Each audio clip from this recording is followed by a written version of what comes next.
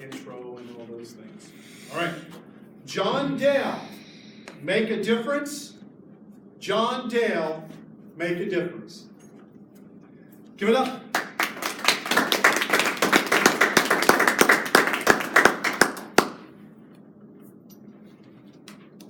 It was about this time of year, February of 1997, and a guy came to our church when I still lived in Michigan, and he talked about a thing called Royal Family Kids Camp. Very, very passionate man. He was out of California, and he was talking about a camp that had been in existence for a few years around the country, where they took foster kids in for a week's time, had them overnight, gave them a week of positive memories to try and make a difference in their lives for the rest of the time. And I thought, wow, what a great idea. I hope this guy finds somebody to work on it.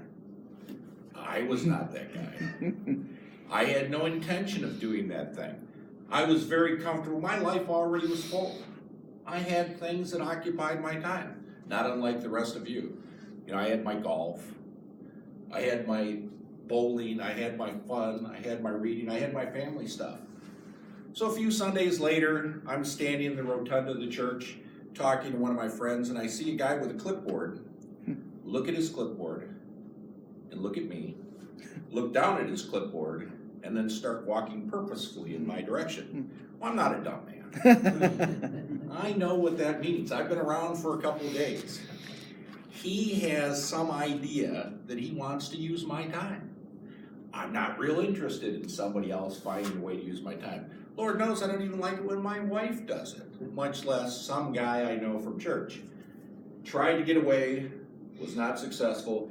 He caught me, and he said, John, did you hear the announcement about Royal Family Kids Camp? And I said, yes, what a great program. I'm very encouraged that you guys are going to do this. I think you'll make a huge difference in the lives of these children. And Bob said, well, I'd like you to be part of camp. And I said, I can't really see that. And Bob said, well, John, I think you'd make a great coach. And so I tried my usual techniques to avoid assignments, dodging this way and dodging that. And I said, well, Bob, you've described these children as predominantly young, thin, African-American children. I can't really see an old, white, fat guy being their coach. And he said, it's not about that. It's about your heart. It's about your spirit. It's about encouraging these young men and young women. And that's what they need, and that's why I want you. So then I gave him my next dodge. Now, I don't know how many of you are involved in church, but here's a really good dodge. I'll tell you what, Bob, I'll pray on it. I mean, that's good stuff. Because then Bob, what does Bob say? Bob's got to walk away and go, well, he's going to pray on it. But no. Bob's been trained. So Bob says, well, how about you and I pray right now? Stunned me. Actually stepped back and I said, apparently you've been through some training. That's my best stuff. So he and I prayed, and I had the feeling that I was supposed to do camp that year. But I didn't want to do camp.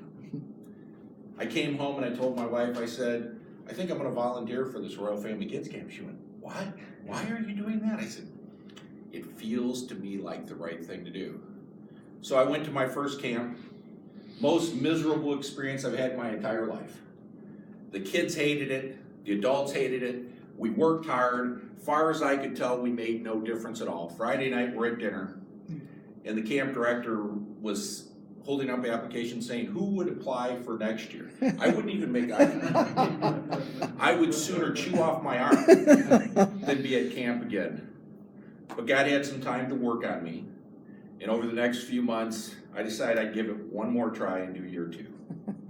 Went to year 2, best camp I've ever had. Made a huge difference with children. Had young men who I could see that they were encouraged by what I did. Had young women who were encouraged by what I did. And I thought, this is a really good idea. Fast forward to today. This will be my 20th year of camp. Wow. I've done camp every year. Some years I've done 2 of them. Helped other camps. Oh. And today, I'm asking you to think about, can you make a difference? Could you come? So although I'm not from California, I am another old guy talking about Royal Family Kids Camp.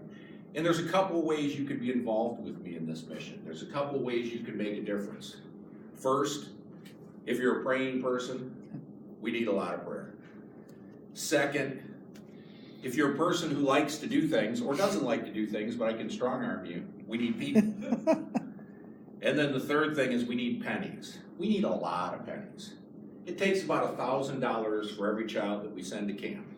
That's one child and 2 adults, meals, room and board, incidentals, all that kind of stuff.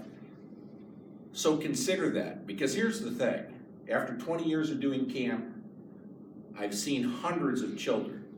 I'm personally involved in the lives of 2 of them, Delyn and Dalen. I'm a mentor for them now. New program started a few years ago. We do things together on a regular basis. I've watched these young men come from this tall to this tall, come from lost and not knowing where they're going into the world to a place where they're considering their options and their understanding. We've made a huge difference in the lives of hundreds of kids, especially these 2. Now I'm talking with them about where they might go to college. Prior to this, they didn't think of college. They didn't think about those things, because in their family of origin, that's not what happens. Where they live in their neighborhood, that's not how it goes. But they're smart, they're athletic, and they have a chance. And it's only because I couldn't get away from Bob 20 years ago that I'm here today to talk about it. So join me in this adventure. Come help me make a difference. Come to camp, or send your money to camp. Thank you. Now give